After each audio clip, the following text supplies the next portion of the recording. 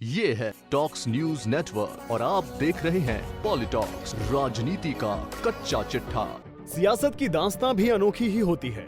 अभी तो चुनाव खत्म भी नहीं हुए और नेताओं ने मंत्री पद पर दावा ठोक दिया है।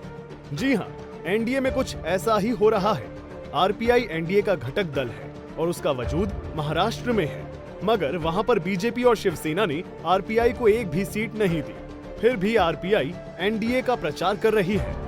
जब पॉलिटॉक्स ने आरपीआई चीफ रामदास अठावले से इस सिलसिले में बात की तो अलग राज खुलकर सामने आए। बीजेपी ने आरपीआई को मंत्री पद और राज्यसभा की सीट देने की बात पर समझौता किया है। साथ ही आरपीआई को विधान परिषद में हिस्सेदारी देने का वादा भी किया है। आप भी सुनिए रामदास अठावले ने क्या कहा। हाँ, तो मतलब एक सीट हमको मिलनी चाहिए थी, मैंने मांग किया था, लेकिन रिपब्लिकन पार्टी को एक सीट मिली नहीं। 2014 में एक सीट मिली थी हमको, तो सातारा। लेकिन इस वक्त मुझे समझाया गया है कि भाई आपकी प्रचार में भी हमें आवश्यकता है, राज्यसभा में आपको कंटिन्यू किया जाएगा, मंत्री पद भी आपको अच्छा से दिया जाएगा, महाराष्ट्र में भी सत्ता में एक मंत्री पद मिलेगा, 40-50 लोगों को महामंडल के सदस्य पद भी हमने दे देंगे। इसी तरह की चर्चा मुख्यमंत्री जी के साथ मेरी हुई और फिर मैंने तय किया कि ठीक बात है, अगर आप हमको सीट नहीं दे छूटते हैं तो बाद में तो सत्ता में भागीदारी रिपब्लिकन पार्टी को मिलनी चाहिए। तो मुझे वादा देने के बाद मैंने बीजेपी के साथ, एनडीए के साथ रहने का निर्णय ले लिया और मैंने पूरे महाराष्ट्र में, देश भर में मैंने बीजेपी का प्रचार किया है। अठावले ने उदित राज के बारे में कहा कि वो जब बीजेपी में थे तो सब कुछ सही चल रहा था, लेकिन जब उनका टिकट कटा तो बीजेपी उनके लिए दलित विरोधी हो गई। उदित राज के टिकट पर रामदास ने कहा कि उनका टिकट एक चैनल के स्टिंग के कारण कटा है। वो इसमें खुलेआम काले धन के इस्तेमाल की हामी भर रहे हैं। आप भी सुनिए अठावले ने उदित राज के बारे में क्या कहा। मुझे लगता है कि भाई उदित राज जी के स्टेटमेंट से मैं बिल्कुल सहमत नहीं हूँ, क्योंकि उदित राज जी को टिकट नहीं दिया और उदित राज जी अभी बीजेपी के खिलाफ बातें कर रहे हैं।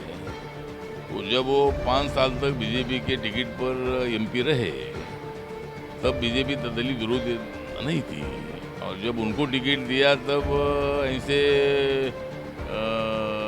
छोटे मोटे लोगों को या ऐसा कुछ उनका जो कहना है उससे मैं सहमत नहीं हूँ। जिस तरह हमारे महामहिम रामनाथ कोविंद जी अपने देश के राष्ट्रपति है और उनके बारे में अपमानजनक वक्तव्य करना अच्छी बात नहीं है। उदित राज जी हमारे मित्र है, लेकिन उन्होंने इसी तरह की बयानबाजी करना ठीक नहीं। अगर उनको टिकट नहीं मिला तो पार्टी छोड़ सकते हैं, कांग्रेस पार्टी में और किसी पार्टी में जा सकते हैं, लेकिन राष्ट्रपति को अपमानजनक शब्दों से संबोधना, ये मुझे लगता है कि भाई बहुत बड़ी उदित राज की गलती है, ऐसा मुझे लगता है।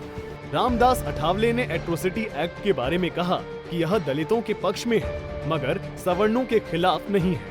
तो एट्रोसिटी एक्ट के बारे में बहुत जिनके ऊपर एट्रोसिटी एक्ट लगता है उनको तकलीफ होती है, उनको जेल जाना पड़ता है, फिर उनको लगता है कि भाई ये एक्ट नहीं होना चाहिए। लेकिन मुझे लगता है कि अगर दलित पर कोई अत्याचार नहीं करेगी तो जानबूझकर कोई पुलिस उनके ऊपर केस दर्ज करते हैं, ऐसा बिल्कुल नहीं है।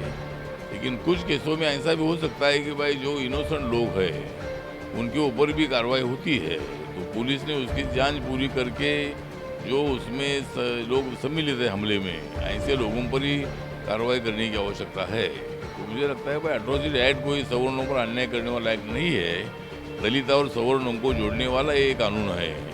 और इसीलिए इस कानून के बारे में जो मन में गलत भावना निकालनी चाहिए, और दलितों के साथ अगर आप दोस्ती करोगे, संबंध अच्छे रखोगे, तो मुझे लगता है कि भाई तो दलितों का दलितों के मन में भी मतलब सवर्णों के बारे में अच्छी भावना पैदा हो सकती है। तो इसीलिए दलित सवर्णों को जोड़ने का ये कानून है, ये कानून कोई सवर्णों पर अन्याय करने वाला नहीं है। पॉलिटॉक्स न्यूज के लिए दीपेंद्र सिंह ईसरदा की रिपोर्ट। ये है टॉक्स न्यूज नेटवर्क और आप देख रहे हैं पॉलिटॉक्स, राजनीति का कच्चा चिट्ठा।